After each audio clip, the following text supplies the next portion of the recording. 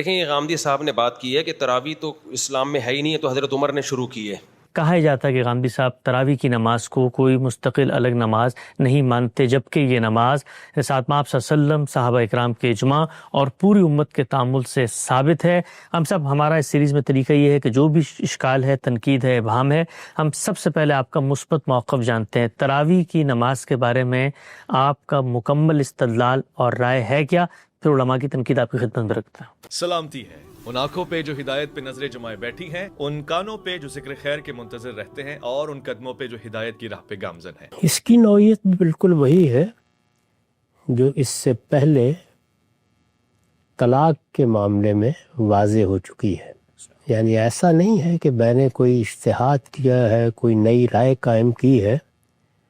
ہمارے ہاں تراویح سے متعلق جو تصور قائم کر لیا گیا ہے، اس کی غلطی واضح کی ہے۔ اس کی غلطی روایات ہی کی بنیاد پر واضح ہو جاتی ہے۔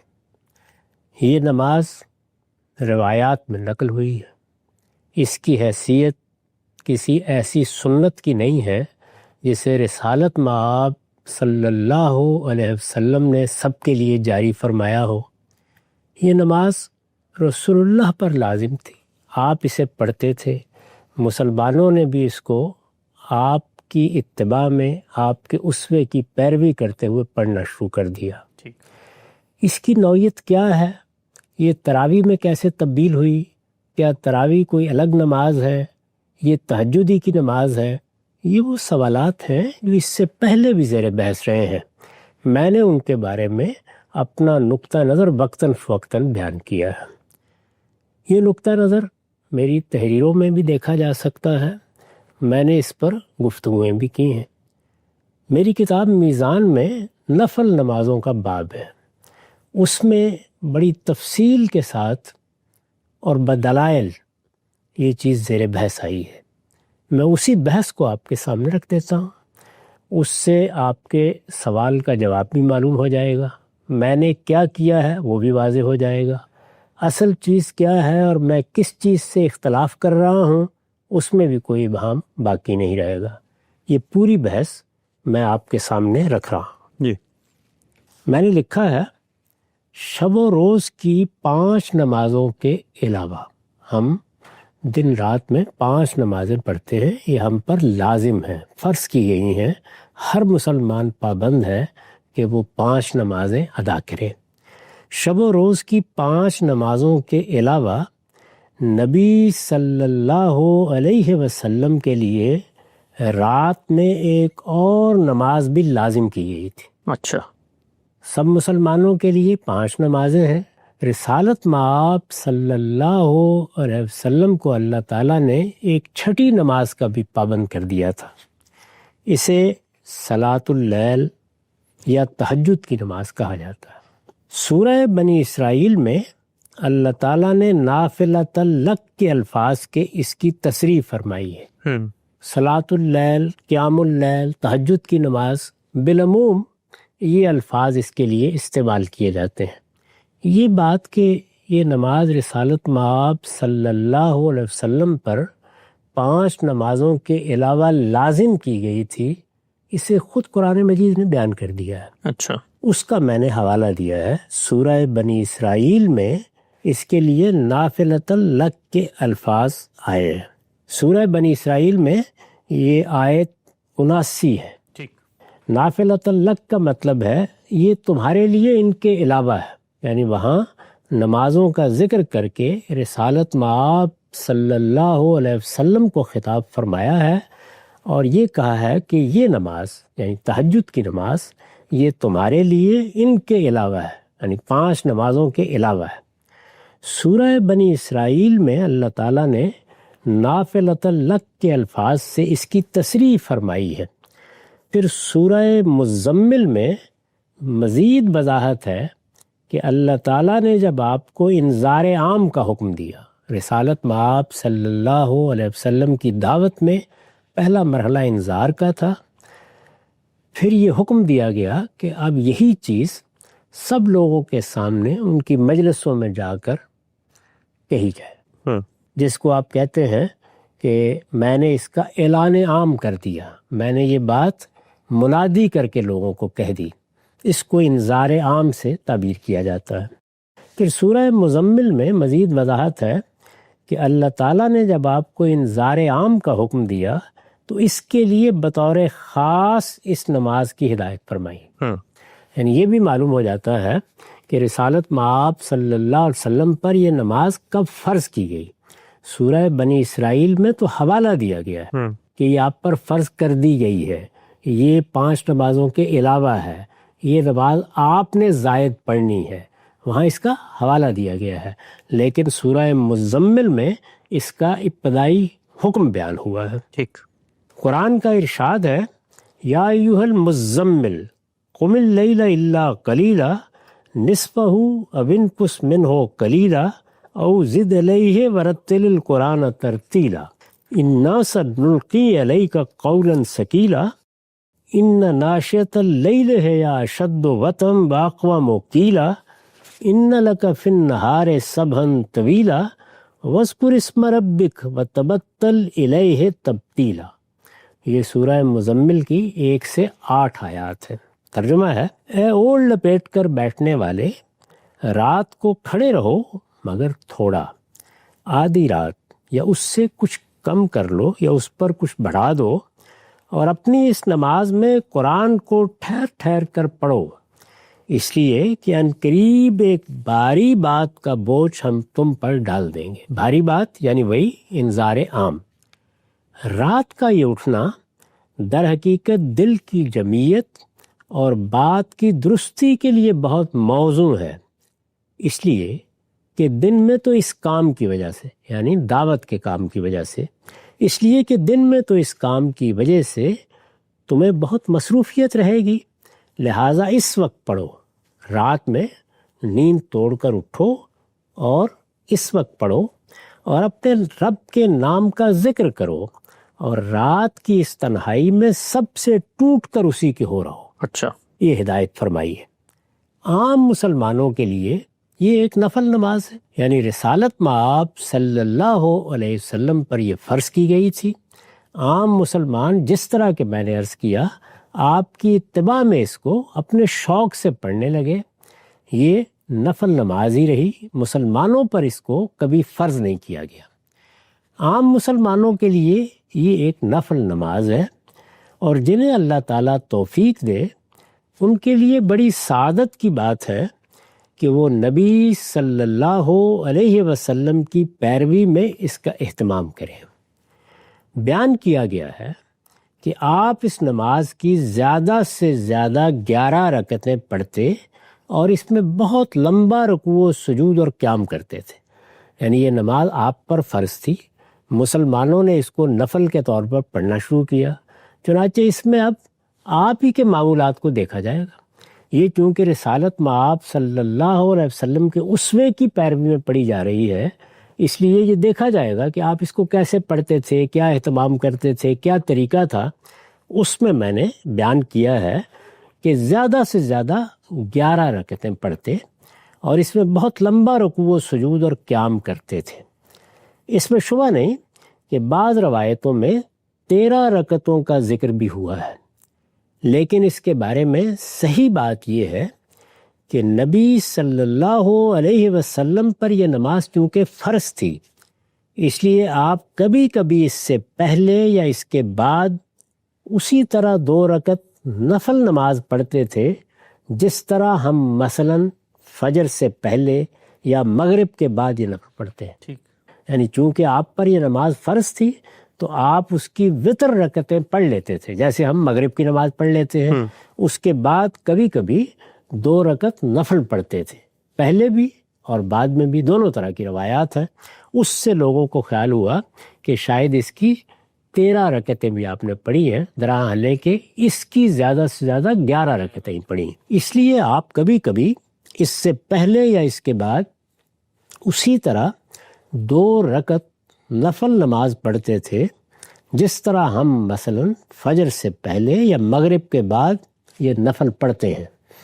لیکن بعض لوگوں نے غلطی سے اسے اصل کے ساتھ شامل سمجھ لیا، اس باب میں بنیادی حیثیت یعنی رکعتیں کتنی پڑھتے تھے، اس باب میں بنیادی حیثیت جس روایت کو حاصل ہے وہ یہ ہے، یہ بخاری کی روایت ہے، اس کا رقم ہے 1147۔ روایت یہ ہے، عن ابی سلمۃ بن عبد الرحمن انہ اخبرہ انہ سأل عائشۃ رضی اللہ عنہا کیف کانت صلاۃ رسول اللہ صلی اللہ علیہ وسلم فی رمضان فقالت ما کان رسول اللہ صلی اللہ علیہ وسلم یزید فی رمضان ولا فی غیرہ علی 11 رکعت۔ عبد الرحمن کے بیٹے ابو سلمہ نے بتایا کہ انہوں نے سیدہ عائشہ سے پوچھا رمضان میں رسول اللہ صلی اللہ علیہ وسلم کی نماز کیا ہوتی تھی؟ سیدہ نے جواب دیا رسول اللہ صلی اللہ علیہ وسلم نہ رمضان میں کبھی 11 رکعت سے زیادہ پڑھتے تھے اور نہ رمضان کے علاوہ دوسرے دنوں میں۔ اس سے یہ بالکل واضح ہو گیا کہ رمضان میں آپ کوئی الگ نماز نہیں پڑھتے تھے، وہی تہجد کی نماز ہے۔ رمضان میں بھی اس کی رکعتیں کم و بیش اتنی رہتی تھیں اور رمضان کے علاوہ بھی یہی صورتحال تھی، یعنی رکعتوں کے لحاظ سے یا کسی مزید نماز کے اہتمام کے لحاظ سے کوئی فرق نہیں تھا۔ یہ سیدہ نے اس نے واضح کر دیا۔ رسول اللہ صلی اللہ علیہ وسلم یہ نماز یعنی تہجد کی نماز بالعموم جن طریقوں سے پڑھتے تھے یا آپ نے اسے پڑھنے کی ہدایت فرمائی ہے وہ یہ ہیں۔ ہمارے ہاں فرض نماز پڑھنے کا ایک ہی طریقہ ہے، لیکن تہجد میں یہ معلوم ہوتا ہے کہ رسالت مآب صلی اللہ علیہ وسلم متنوع طریقے اختیار کرتے تھے، وہ میں نے جمع کر دیے ہیں۔ 2 رکعتیں پڑھ کر سلام پھیر دیا جائے، پھر 1 رکعت سے یہ نماز وتر کر دی جائے۔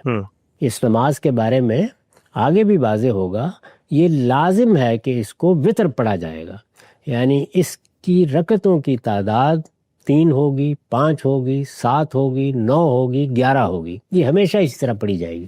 2 رکعتیں پڑھ کر سلام پھیر دیا جائے، پھر 1 رکعت سے یہ نماز وتر کر دی جائے۔ 2 رکعتیں پڑھ کر سلام پھیرا جائے، پھر 5 رکعتیں اس طرح پڑھی جائے کہ ان میں قعدہ صرف آخری رکعت میں کیا جائے، یہ دوسرا طریقہ ہے۔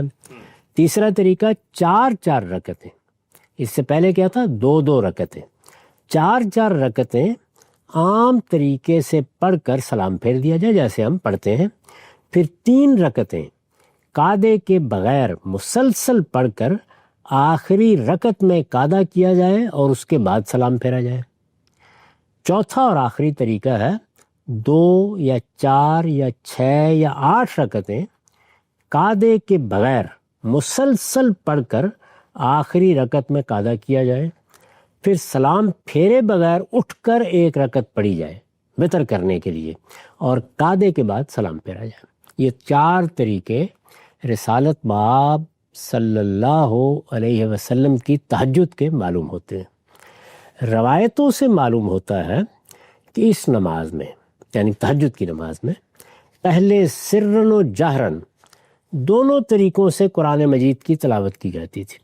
ہمارے ہاں 5 نمازوں کے بارے میں یہ سنت قائم کی گئی ہے کہ اس میں سے 3 نمازوں میں ہم جہری قرات کرتے ہیں، بلند آواز سے قرآن پڑھتے ہیں، اور 2 نمازوں میں خاموشی کے ساتھ سرن۔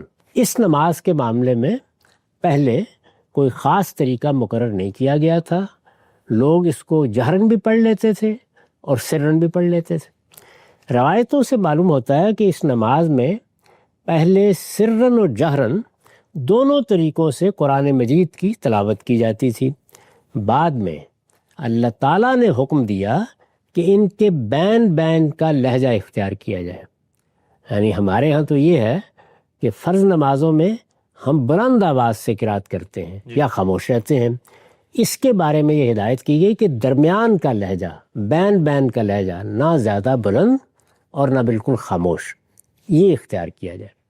ارشاد فرمایا ہے سورہ بنی اسرائیل کی آیت 110 ہے، وَلَا تَجْهَرْ بِصَلَاتِكَ وَلَا تُخَافِتْ بِهَا وَابْتَغِي بَيْنَ ذَلِكَ سَبِيلًا، اور اوپر جو نماز ہے پیغمبر خاص کر تم کو پڑھنے کی ہدایت کی گئی ہے. یہ آیت آخر میں آئی ہے, اوپر یہ حکم دیا گیا ہے. اور اوپر جو نماز ہے پیغمبر خاص تم کو پڑھنے کی ہدایت کی گئی ہے, تم اپنی اس نماز کو نہ بہت زیادہ بلند آواز سے پڑھو نہ بہت پست آواز سے, بلکہ ان دونوں کے درمیان کا طریقہ اختیار کرو. چنانچہ رسول اللہ صلی اللہ علیہ وسلم نے اس کے بعد اپنے صحابہ کو بھی اسی کا پابند کیا. ابو قتادہ کی روایت ہے کہ حضور نے صدیق رضی اللہ عنہ سے کہا, میں تمہارے پاس سے گزرا تو تم رات کی نماز میں بہت پست آواز سے قرآن پڑھ رہے تھے. انہوں نے جواب دیا, میں اسے سناتا ہوں جو میری سرگوشی سنتا ہے. آپ نے فرمایا اسے کچھ بلند کر لو. اچھا. پھر آپ نے عمر فاروق رضی اللہ عنہ سے کہا, میں تمہارے پاس سے گزرا تو تم بہت بلند آواز سے قرآن پڑھ رہے تھے. انہوں نے جواب دیا, میں سوتوں کو جگاتا اور شیطان کو بھگاتا ہوں.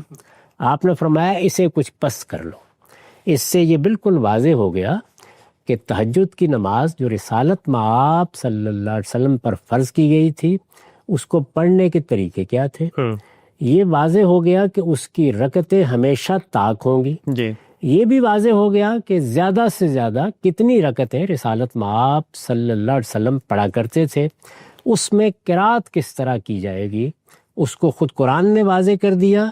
رسالت مآب صلی اللہ علیہ وسلم نے صاف معلوم ہوتا ہے کہ قرآن کی اس آیت کے نزول کے بعد اپنے 2 جلیل القدر صحابہ کو اس کی ہدایت فرمائی.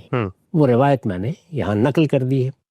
اس نماز کا یعنی جس نماز کا ہم ذکر کر رہے ہیں, اس نماز کا اصل وقت جیسا کہ قرآن مجید کی سورہ بنی اسرائیل اور سورہ مزمل سے واضح ہے, سو کر اٹھنے کے بعد ہی کا ہے. یہ اس کا اصل وقت ہے. جب ہم سو کے کچھ دیر سو کے اٹھیں تو اس وقت یہ نماز پڑھنی چاہیے. اس نماز کا اصل وقت جیسا کہ قرآن مجید کی سورہ بنی اسرائیل اور سورہ مزمل سے واضح ہے, سو کر اٹھنے کے بعد ہی کا ہے. اور اسی وجہ سے اسے نماز تہجد کہا جاتا ہے. تہجد کے معنی ہی یہ ہے, نیند توڑ کر اٹھنا, سو کر اٹھنا. قرآن نے اسے حضوری کا وقت قرار دیا اور نبی صلی اللہ علیہ وسلم نے فرمایا ہے کہ اللہ تعالیٰ ہر رات ہماری اس دنیا کی طرف متوجہ ہوتے ہیں. جب 1/3 رات باقی رہ جاتی ہے تو فرماتے ہیں, اس وقت کون ہے جو مجھے پکارے کہ میں اس کی پکار کا جواب دوں, کون ہے جو مجھ سے مانگے کہ میں اسے عطا کر دوں, کون ہے جو مجھ سے مغفرت چاہے کہ میں اسے بخش دوں. رسالت مآب صلی اللہ علیہ وسلم نے اس طرح لوگوں کو گویا توجہ دلائی ہے کہ یہ وقت کتنا غیر معمولی ہے. اس میں ہم گویا بارگاہ میں حاضر ہوتے ہیں. اس وجہ سے اس کو حضوری کی نماز کے طور پر اہمیت دینی چاہیے. یہ اس کا وقت ہے, تہجد کا وقت. تاہم اگر کوئی شخص یہ سعادت حاصل کرنے میں کسی وجہ سے کامیاب نہ ہو سکے, اپنے حالات کی وجہ سے, طبیعت کی وجہ سے, سستی کی وجہ سے وہ نیند توڑ کر نہیں اٹھ پا رہا, تاہم کوئی شخص اگر یہ سعادت حاصل کرنے میں کسی وجہ سے کامیاب نہ ہو سکے تو وہ یہ نماز سونے سے پہلے بھی پڑھ سکتا ہے.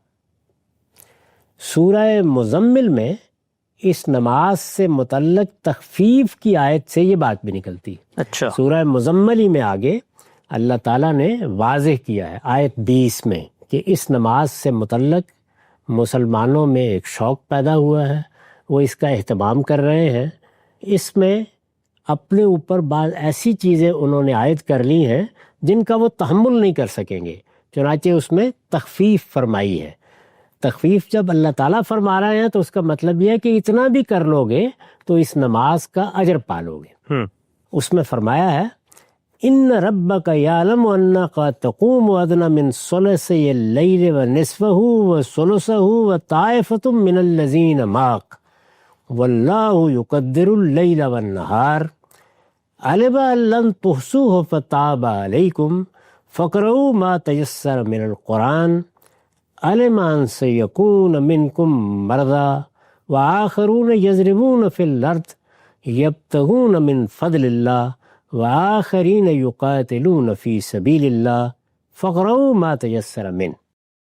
تمہارا پروردگار خوب جانتا ہے کہ تم کبھی 2/3 رات کے قریب، کبھی آدھی رات اور کبھی 1/3 رات اس کے حضور میں کھڑے رہتے ہو، اور ایک گروہ تمہارے ساتھیوں میں سے بھی، یعنی رسالت مآب کو خطاب کیا ہے کیونکہ یہ نماز آپ ہی کے لیے تھی اصلاً، اور پھر اس کے بعد فرمایا کہ تمہارے ساتھیوں میں سے بھی بعض لوگ اس کا اہتمام کرنے لگ گئے ہیں۔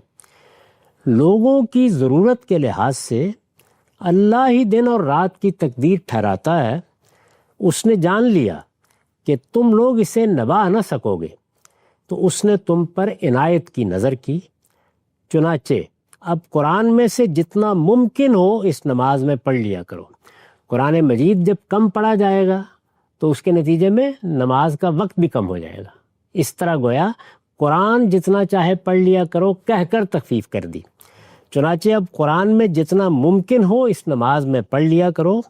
اسے معلوم ہے کہ آگے تم میں بیمار بھی ہوں گے، اور کچھ دوسرے وہ بھی جو خدا کے فضل کی تلاش میں سفر کریں گے، اور کچھ دوسرے جو اللہ کی راہ میں جہاد کے لیے اٹھیں گے، اس لیے جتنا ممکن ہو اس میں سے پڑھ لیا کرو۔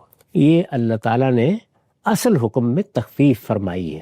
سورہ مزمل میں پہلے اصل حکم بیان ہوا ہے، پھر اس آیت 20 میں یہ تخفیف کی آیات ہے۔ نبی صلی اللہ علیہ وسلم نے اسی بنا پر فرمایا ہے، ایکم خاف اللہ یقوم من آخر اللیل فلیوتر ثم لیرقد ومن وثق بقیام من اللیل فلیوتر من آخرہ فإن قراءۃ آخر اللیل محظورہ وذالک افضل۔ مسلم کی روایت ہے، 1767 رقم ہے۔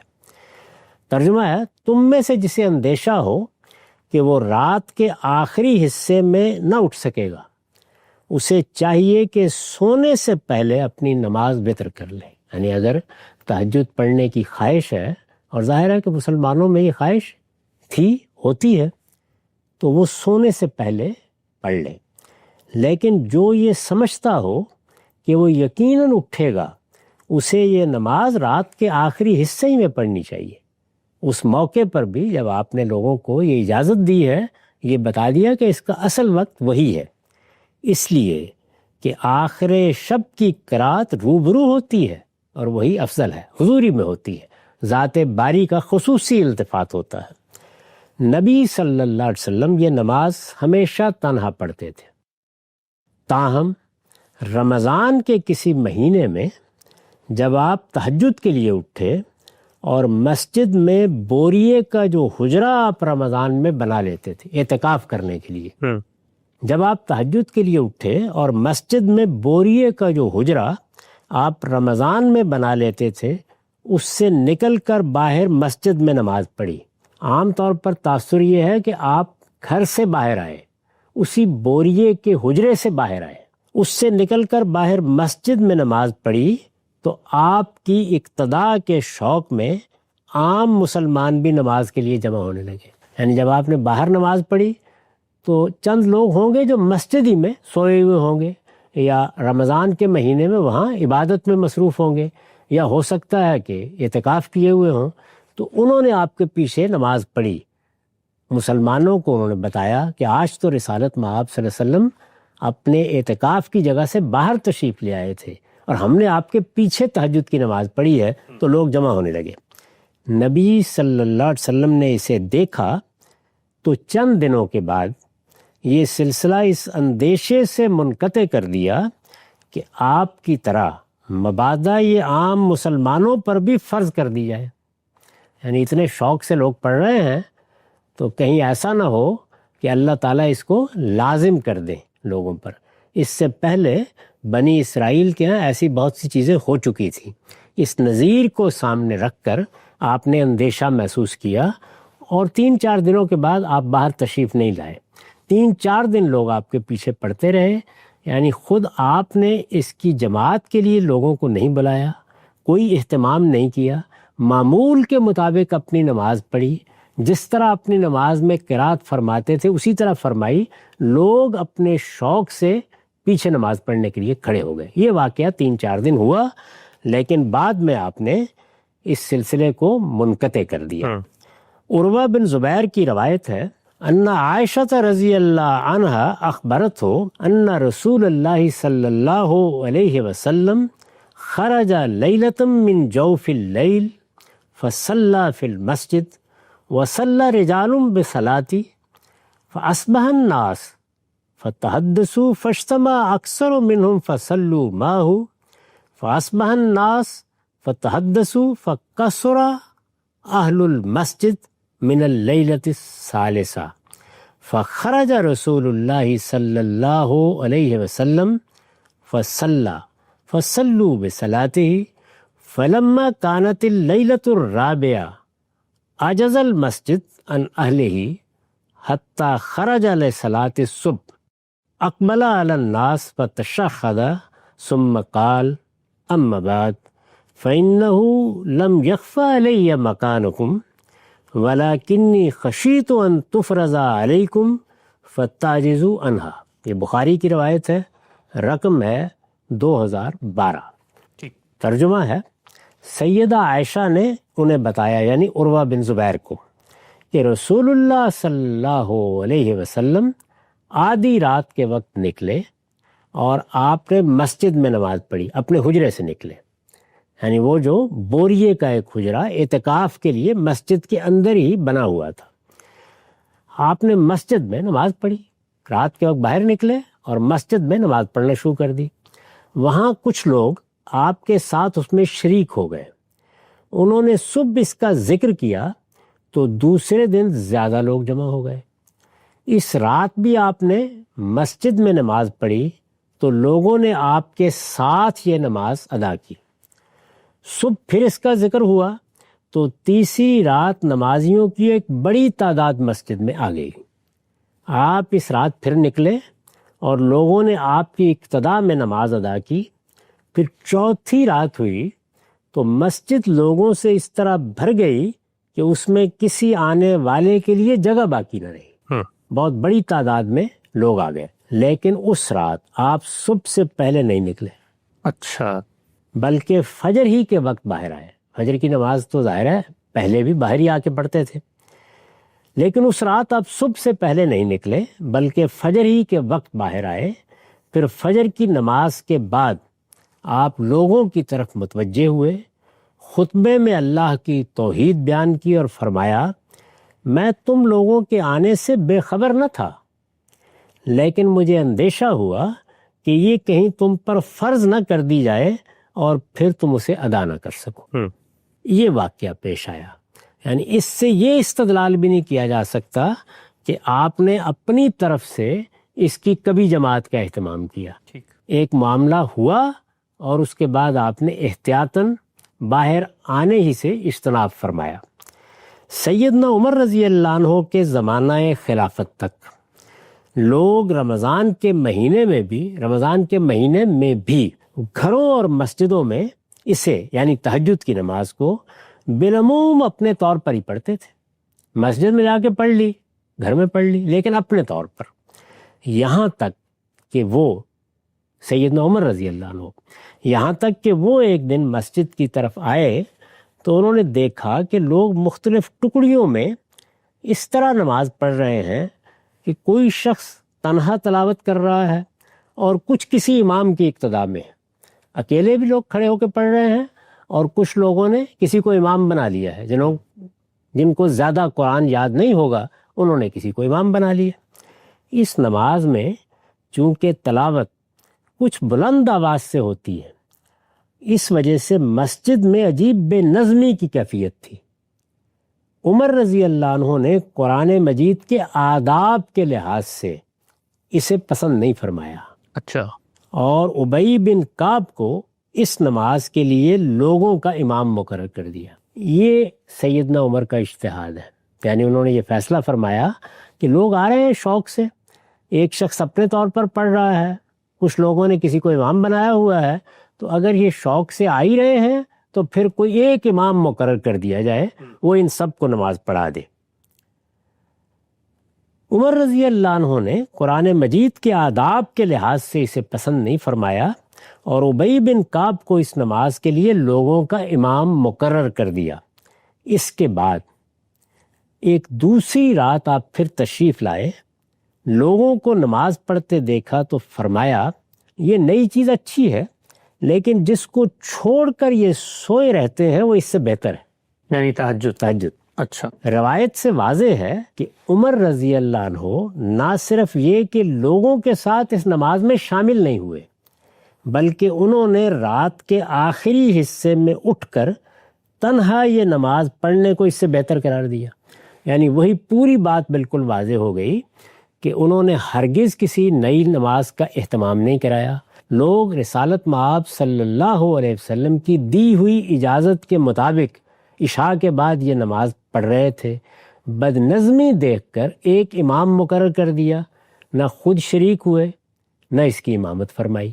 یہ بات بالکل واضح ہے۔ رسول اللہ صلی اللہ علیہ وسلم نے یہ نماز جیسا کہ اوپر بیان ہوا کبھی 11 رکعتوں سے زیادہ نہیں پڑھی، تاہم اس کے لیے رکعتوں کی کوئی تعداد چونکہ متعین نہیں ہے، اس لیے جب ایک امام کا تقرر ہوا تو لوگ رمضان میں نماز تراویح کے نام سے اس نماز کی 23 بلکہ اس سے بھی زیادہ رکعتیں پڑھنے لگے، یعنی وہی تہجد کی نماز، اس کو ایک نیا نام اس طریقے سے ملا اور پھر تراویح کے نام سے لوگ عشاء کے بعد تہجد پڑھنے لگے۔ یہ اس کی حقیقت ہے۔ اس میں چونکہ 20 رکعتیں لوگوں نے پڑھنا شروع کی، اس کے ساتھ وتر ملا لیے تو 23 رکعتیں ہو گئیں۔ 23 رکعتیں زیادہ لمبی ہو جاتی ہیں تو ہر 4 رکعت کے بعد لوگ بیٹھ جاتے تھے، اس بیٹھنے کو ترویہ کہتے ہیں، اسی سے اس کا نام تراویح پڑ گیا۔ رسالت مآب صلی اللہ علیہ وسلم کے زمانے میں، سیدنا ابوبکر کے زمانے میں کبھی یہ نام بھی آپ کو سننے کو نہیں ملے گا۔ وہ صلاۃ اللیل، تہجد کی نماز، قیام اللیل، اسی سے تعبیر کی جاتی تھی۔ اس وقت سے یعنی جب یہ معاملہ ہوا کہ لوگوں نے 23 رکعتیں پڑھنا شروع کر دیں، اس وقت سے اب تک مسلمانوں کا عام طریقہ یہی ہے، اور ان میں سے زیادہ اب اس بات سے واقف بھی نہیں رہے کہ یہ در حقیقت تہجد ہی کی نماز ہے۔ اس کو پھر سن لیجئے، اور ان میں سے زیادہ اب اس بات سے واقف بھی نہیں رہے کہ یہ در حقیقت تہجد ہی کی نماز ہے جسے وہ عشاء کے ساتھ ملا کر پڑھ رہے ہیں۔ اچھا، یہ میرا موقف ہے، یہ اس مسئلے کی تحلیل ہے۔ روایات کی روشنی میں، قرآن مجید کی روشنی میں جو بات واضح ہوتی ہے وہ میں نے بیان کی ہے، اور اسی کی جانب لوگوں کو توجہ دلائی ہے کہ وہ سیدنا عمر نے جو طریقہ لوگوں کو بتایا تھا اس کے لحاظ سے اس نماز کا اہتمام رکھیں، اس کو ایک امام کی قیادت یا امامت میں پڑھیں، لیکن یہ جان لیں کہ یہ تہجد کی نماز ہے، یہ سمجھ لیں کہ اس کا اصل وقت یہ نہیں ہے، یہ بات سمجھ لیں کہ رسالت مآب صلی اللہ علیہ وسلم سے جب یہ پوچھا گیا کہ ہمارے لیے رات کو نیند توڑ کر اٹھنا مشکل ہوتا ہے تو آپ نے اس کی اجازت دی، اور جب اجازت دی تو اس وقت بھی فرمایا کہ اگر اس وقت اٹھ سکو تو وہی بہتر ہے۔ سیدنا عمر نے جب یہ اہتمام کیا تو خود شریک نہیں ہوئے، ظاہر ہے کہ وہ اسی طرح حسب سابق تہجد کا اہتمام کرتے ہوں گے، اور یہ تبصرہ بھی کیا کہ جس کو چھوڑ کر اس وقت اس کو پڑھ رہے ہو وہ جسے چھوڑ رہے ہو اس سے بہتر ہے۔ سبحان اللہ۔ یہ پوری بات اگر واضح طور پر سمجھ لی جائے تو جو کچھ میں نے عرض کیا ہے یہ دیکھا جا سکتا ہے کہ وہی حقیقت ہے، اور اس طرح گویا سیدنا عمر کے اجتہاد کو بھی میں نے سمجھانے کی صحیح کی۔ آپ سے نقطہ بالکل واضح ہو گیا کہ تراویح کی نماز کی حقیقت کیا ہے، وہ حکم کیا ہے جس سے یہ چیز شروع ہوئی۔ تہجد کا ایک معاملہ ہے رسالت مآب صلی اللہ علیہ وسلم کے ساتھ خاص، اور پھر آپ نے اس کا اہتمام کیا اور لوگوں نے کرتے کرتے معاملہ یہاں تک پہنچ گیا۔ اس پس منظر میں آپ فرماتے ہیں یہ کوئی الگ سے مستقل نماز سرے سے ہے ہی نہیں۔ اچھا اب صاحب، یہ جو نماز ہے، اب سیدنا عمر کا اجتہاد سامنے آ گیا، لوگوں نے رکعتیں بھی مقرر کر لی، اس کا حکم کیا ہے؟ کیونکہ جب ہم فقہ کی کتابیں کھولتے ہیں تو وہاں پر اس کا حکم بھی لکھا ہوا ہوتا ہے کہ یہ نماز مثال کے طور پہ حنفیوں کے نزدیک واجب ہے. تو یہ جو کچھ ہوا ہے، تہجد بڑھتے بڑھتے یہاں تک پہنچ گئی ہے، آپ کے نزدیک اس کا حکم کیا ہے؟ یہ لازم ہے پڑھنا، نہیں لازم ہے، کیا ہے؟ وہی بات جو خود قرآن نے واضح کر دی، یہ رسالت باب صلی اللہ علیہ وسلم کے لیے لازم تھی. اچھا. وہ الفاظ بتا رہے ہیں کہ ہمارے لیے لازم نہیں ہے. اس نماز کے بارے میں سورہ مزمل میں یہ تبصرہ کر دیا کہ کچھ لوگ ہیں تمہارے ساتھیوں میں سے، طائفتم من الذین معک، جو اس کا اہتمام کرتے ہیں. اس سے واضح ہوا کہ رسالت باب صلی اللہ علیہ وسلم کے زمانے میں بھی صحابہ کی بڑی تعداد اس کا اہتمام ہی نہیں کرتی تھی. تہجد کی نماز اپنی اصل میں نفل ہے. اس کو آپ عشاء کے وقت پڑھیں یہ نفل ہی رہے گی، اس کو آپ اس کے اصل وقت میں پڑھیں پھر بھی نفل ہی رہے گی. تو یہ نفل نماز ہے، اس سے زیادہ اس کی کوئی حیثیت نہیں. ٹھیک. اچھا ہم صاحب، عبادات کے بارے میں یہ چیز طے ہے کہ جو چیز مقرر کر دی گئی ہے اس کی جو صورت ہے اس کے اندر نہ اضافہ کیا جا سکتا ہے نہ کمی کی جا سکتی ہے. جب یہ تہجد کی نماز اللہ نے مقرر کی تو یہ تو انفرادی نماز کے طور پہ مقرر کی، اس انفرادی نماز کو جماعت کی نماز بنا دینا یہ تو بالکل ایسے ہی جیسے کوئی نفلی نماز عام طور پہ پڑھتا ہے. تو آج بھی ہم دیکھتے ہیں مختلف مواقع پہ نفلی نماز پڑھی جاتی ہے، اس کو جماعت کی نماز بنا دی جائے. مثال کے طور پہ لوگ کہیں جی 12 ربیع الاول کے دن ہم نفل نماز کے بجائے مل کے فلاں جگہ پہ جماعت کی نماز پڑھیں گے. تو یہ تو عبادات کے معاملے میں اجتہاد ہوا، تو ایک انفرادی نماز وہ جماعت کی نماز کیسے بن گئی؟ اس کی وجہ یہ ہوئی کہ رسالت میں آپ صلی اللہ علیہ وسلم نے جب باہر نکل کر نماز پڑھی اور لوگوں نے آپ کے پیچھے نماز پڑھی تو آپ نے اس پر کوئی نکیر نہیں فرمائی. تصویب ہو گئی گویا اس کی تصویب ہو گئی. اگر آپ غور کر کے دیکھیں تو تمام چیزوں کی تصویب ہو گئی. یعنی خود رسالت باب ہی نے اجازت دی کہ عشاء کے بعد بھی پڑھ سکتے ہو. ٹھیک. خود رسالت باب صلی اللہ علیہ وسلم باہر آئے، لوگ آپ کے پیچھے کھڑے ہو گئے، وہ آپ کی امامت میں نماز پڑھتے رہے، آپ نے نماز ختم کر کے ان کو یہ نہیں کہا کہ تم نے کسی بدعت کا ارتکاب کر دیا ہے. اس سے یہ بات واضح ہو گئی کہ نفل نماز میں بھی اگر کسی موقع کے اوپر جماعت کرا لی جائے یا کوئی صاحب نفل نماز کی امامت کرا دیں اور لوگ پیچھے کھڑے ہو کے پڑھ لیں تو اس پہ کوئی حرج کی بات نہیں ہے. تو رسالت مآب صلی اللہ علیہ وسلم کی تصویب کے نتیجے میں اس کی جماعت شروع ہوئی. جو نیا کام ہوا وہ صرف یہ تھا کہ جو لوگ مسجد میں آئے ہوئے ہیں وہ ایک امام کی امامت میں یہ نماز پڑھیں. ٹھیک. صرف یہ بات ہے جو سیدنا عمر کی طرف سے ہوئی، اور میں نے عرض کیا اس میں کہ اس کا باعث یہ ہوا کہ قرآن مجید کے آداب کے لحاظ سے انہوں نے یہ موضوع نہیں سمجھا کہ قرآن مجید پڑھا جا رہا ہے، ایک صاحب پڑھ رہے ہیں، دوسرے پڑھ رہے ہیں، تیسرے بھی پڑھ رہے ہیں، اور ان کے درمیان منازعت ہو رہی ہے. ظاہر ہے کہ جب قرآن مجید پڑھا جائے گا تو اس کا ادب یہی ہے کہ اس کو سنا جائے. تو اس لیے انہوں نے مناسب سمجھا کہ ابی بن کعب اس کی جماعت کرا دیا کریں. اور جب انہوں نے جماعت کرانا شروع کی تو لوگوں نے خیال کیا ہوگا کہ اب تو طے کرنا پڑے گا کتنی رکعتیں پڑھنی ہیں. تو ہوتے ہوتے اس کی 23 رکعتوں کی روایت قائم ہو گئی. ٹھیک. امام مالک کے بارے میں معلوم ہوتا ہے کہ ان کے زمانے میں اس سے بھی زیادہ رکعتیں لوگ پڑھنے لگ گئے. اچھا. چنانچہ 39-46 رکعتوں کا ذکر بھی آتا ہے. تو اس وجہ سے یہ لوگوں کا انتخاب تھا. اس میں رسالت مآب صلی اللہ علیہ وسلم کا اسوہ روایتوں میں بڑی وضاحت سے بیان ہوا ہے. 11 سے زیادہ رکعتیں آپ نے نہیں پڑھی. ٹھیک. اچھا ہم صاحب یہی جو مارکت الآراء اختلاف ہے ہم یہ دیکھتے ہیں کہ حنفیوں میں اور ہمارے یہاں جو سلفی حضرات ہیں ان کے درمیان ہوتا ہے.